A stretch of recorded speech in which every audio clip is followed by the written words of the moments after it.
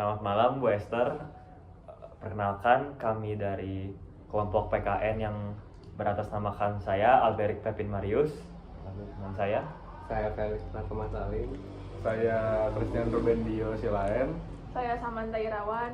Dan saya Denis Anggrani Tangka. Dan pada hari ini kami akan berdiskusi bersama untuk mengevaluasi bagaimana hasil dari diskusi yang pernah kami lakukan dengan menggunakan analogi topi. Jadi di sini kami akan memberitahu dan saling evaluasi diri pada saat pertemuan atau meeting itu. Kira-kira masing-masing dari diri kami ini lebih condong menggunakan topi yang mana. Dimulai dari saya dulu. Saya sendiri merasa bahwa saya condong menggunakan topi biru dalam diskusi kelompok karena topi biru cenderung untuk lebih memimpin dan mengkoordinir anggota kelompok satu sama lain serta mengkoordinasi jadwal atau pertemuan meeting tersebut. Dan memang saya rasa itu juga yang saya lakukan selama dalam berdiskusi. Saya ingin memastikan bahwa semua terjadwal atau terstruktur dengan baik dan semua anggota pun dapat menyampaikan aspirasi atau pendapat mereka masing-masing selama diskusi. Dan saya ingin memastikan bahwa proses diskusi berjalan dengan baik dari awal sampai akhir, termasuk pada diskusi atau meeting ini gitu. Lalu boleh diantara kalian dari mau sharing, barangkali dari Felix dulu. Baik, saya merasa kalau saya itu ada topi putih karena setiap misal saya menemukan isu publik, saya selalu membandingkannya dengan data atau peraturan yang tertulis yang membuat saya bisa menarik kesimpulannya melalui data atau peraturan tertulis tersebut. Itu yang membuat saya merasa saya itu menggunakan topi putih yang berarti topi putih itu lebih condong ke arah fakta, data gitu. Selanjutnya ada siapa? Boleh Denis. Oke. Kalau untuk saya pribadi, dalam diskusi kelompok dan dalam menghadapi dan mencari isu publik, saya cenderung berpikir dengan topi warna hitam karena saya itu cenderung memikirkan potensi resiko, kerugian, kesulitan yang ditimbulkan dari suatu isu publik. Sekian dari saya. Selanjutnya Sam, boleh. Kalau saya pribadi, saya merasa lebih cocok topi hijau. Topi hijau itu kan yang kreatif dan mencari alternatif dalam penyelesaian masalah. Ini tuh saya lakukan ketika misalnya mencari tempat diskusi atau dalam membuat schedule. Kelebihannya jadi ada sudut pandang baru, tapi kekurangannya kadang jadi lebih ribet.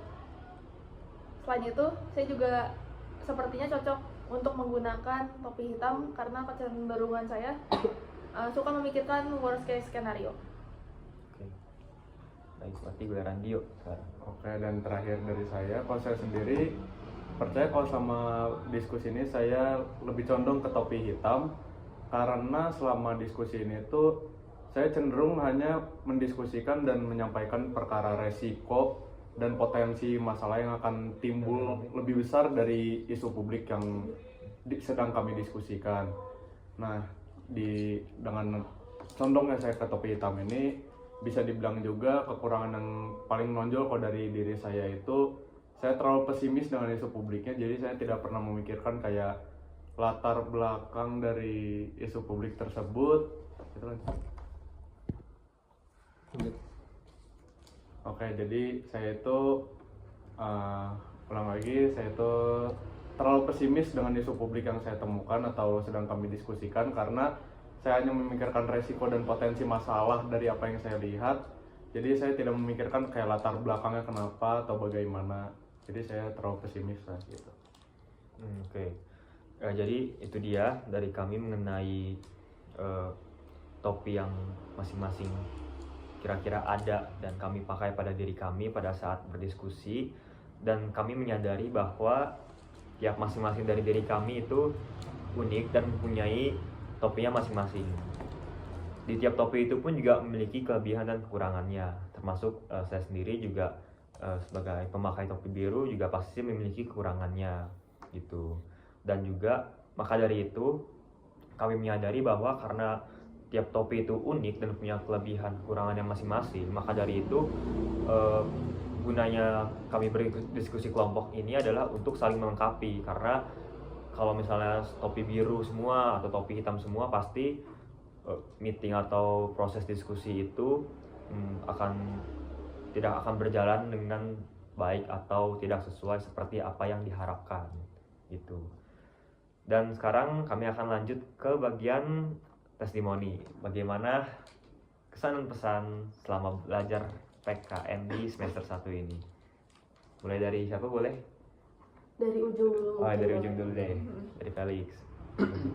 Ya, testimoni saya selama belajar PKN, ya, di kelas PKN ini saya merasa ya, saya dididik secara cara berpikir kritis dan ya bagaimana semestinya kita menjadi warga negara Indonesia yang seharusnya kritis, karena Indonesia itu negara yang demokratis.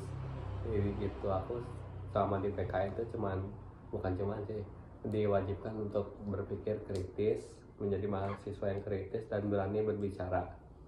Selanjutnya, Yuk. Dio. Kalau misalnya pesan-pesan dari saya cukup tercerahkan dari PKN ini, karena di situ saya sadar kalau PKN itu bukan hanya sekedar hafalan dan sejarah tentang Indonesia, namun bagaimana saya bisa menjadi warga Indonesia yang baik dan kritis terhadap negara saya sendiri. Jadi bukan hanya sekedar nasionalis gimmick gitu. Boleh lanjut? Lalu saya sendiri pun ya saya merasa mata kuliah PKN ini sangat berguna bagi saya secara pribadi, karena saya dilatih untuk berpikir kritis. Jadi tidak hanya menerima materi pembelajaran yang saya hanya iya saja, tapi saya juga dituntut untuk mempertanyakan apa yang diajarkan kepada saya gitu. Lanjut. Kalau dari saya sebenarnya mirip-mirip. Mata kuliah PKN ini tidak menekankan textbook, melainkan bagaimana kita berargumentasi. Jadi itu mengasah pola pikir kita yang kritis. Dan kalau untuk saya sendiri, mata kuliah PKN ini sangat membuka pikiran kita gitu, karena kayak kita itu berpikir dengan pandangan dan arah yang baru gitu. Jadi kita itu berpikir sesuai dengan realita yang ada dan bukan hanya sekedar omongan belaka gitu. Baik, jadi ya itu saja sekian dari kami. Semoga video ini dapat bermanfaat. Sekian, terima kasih. Terima kasih. Terima kasih. Terima kasih. Terima kasih juga Bu Esther. Terima kasih, Master.